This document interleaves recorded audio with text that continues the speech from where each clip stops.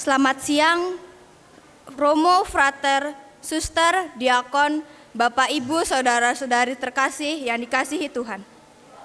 Firman yang baru saja kita dengar mengingatkan kepada saya 3 hal yang harus kita terima dan kita jalankan di dalam kehidupan kita, yakni 1. Panggilan Tuhan, yang kedua, pemberitaan firman Tuhan, dan yang ketiga, penyertaan dan pernyataan Tuhan atas Samuel. 1. Panggilan Tuhan. Dalam kehidupan kita sehari-hari, baik siang maupun malam, di rumah ataupun di luar rumah, kita sering mendengar panggilan. Baik ditujukan kepada orang lain atau kepada diri kita sendiri. Orang memanggil kadang orang tua, saudara, guru, teman, bahkan orang yang tidak kita kenal pun kadang memanggil kita.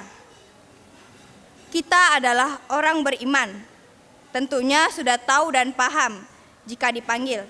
Seringkali kita tidak mau mengindahkan panggilan itu, kita cuek, tidak meresponnya, karena kita beranggapan bahwa yang memanggil adalah orang yang tidak penting, tidak level, tidak butuh, atau orang yang biasa-biasa saja, malas tahu dan tidak peduli. Apalagi yang memanggil adalah orang baru yang tidak kita kenal baik wajah, asal-usul, ataupun suaranya.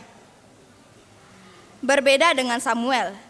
Samuel muda yang menjadi pelayan Tuhan di bawah pengawasan Eli, yang jarang mendengar firman Tuhan, meskipun dalam keadaan tidur nyenyak, Samuel masih bisa mendengar panggilan.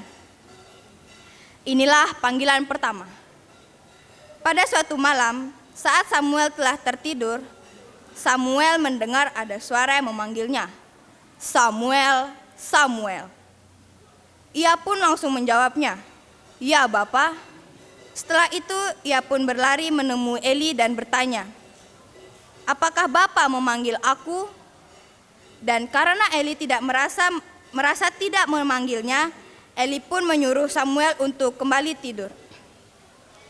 Hal ini menunjukkan karakter Samuel sebagai pelayan Tuhan yang siap dan taat melayani. Perbedaannya dengan kita adalah kita belum siap dan taat untuk melayani.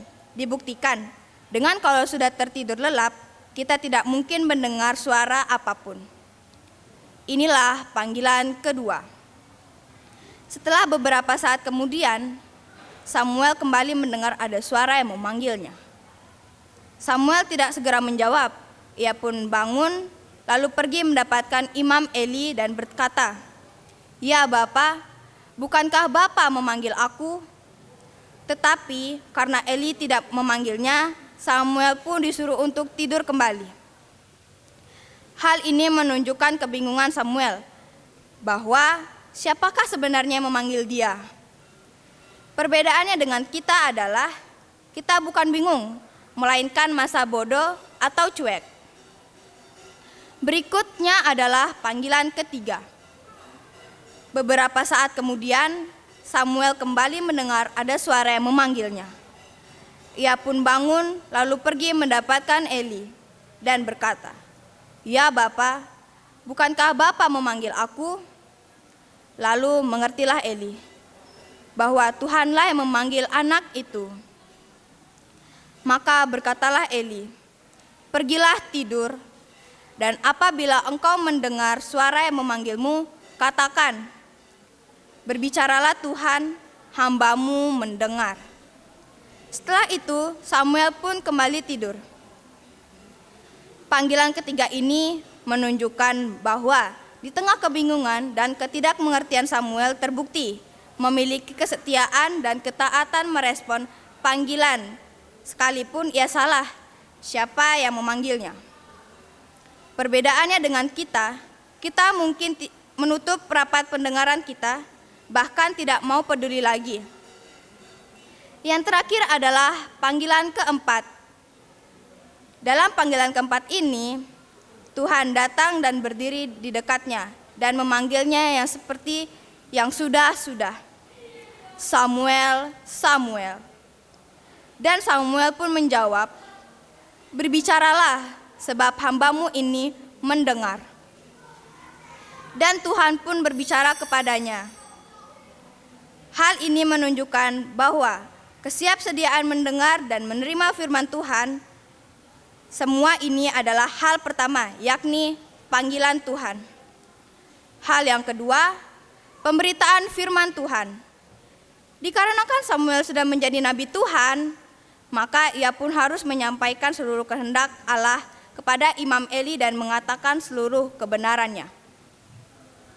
Kita sebagai umat Tuhan, dalam memberitakan firman Tuhan dalam kehidupan kita sehari-hari, kita pun patut memberitakannya dengan baik dan benar.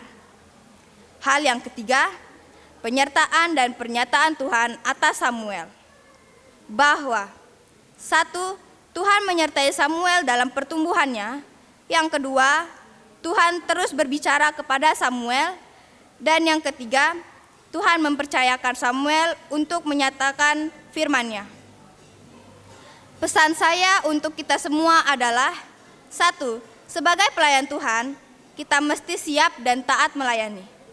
Yang kedua, kita setia dan taat dalam merespon panggilan. Dan yang ketiga, kesiapsediaan mendengar serta menerima firman Tuhan. Semoga Tuhan memberkati kita semua.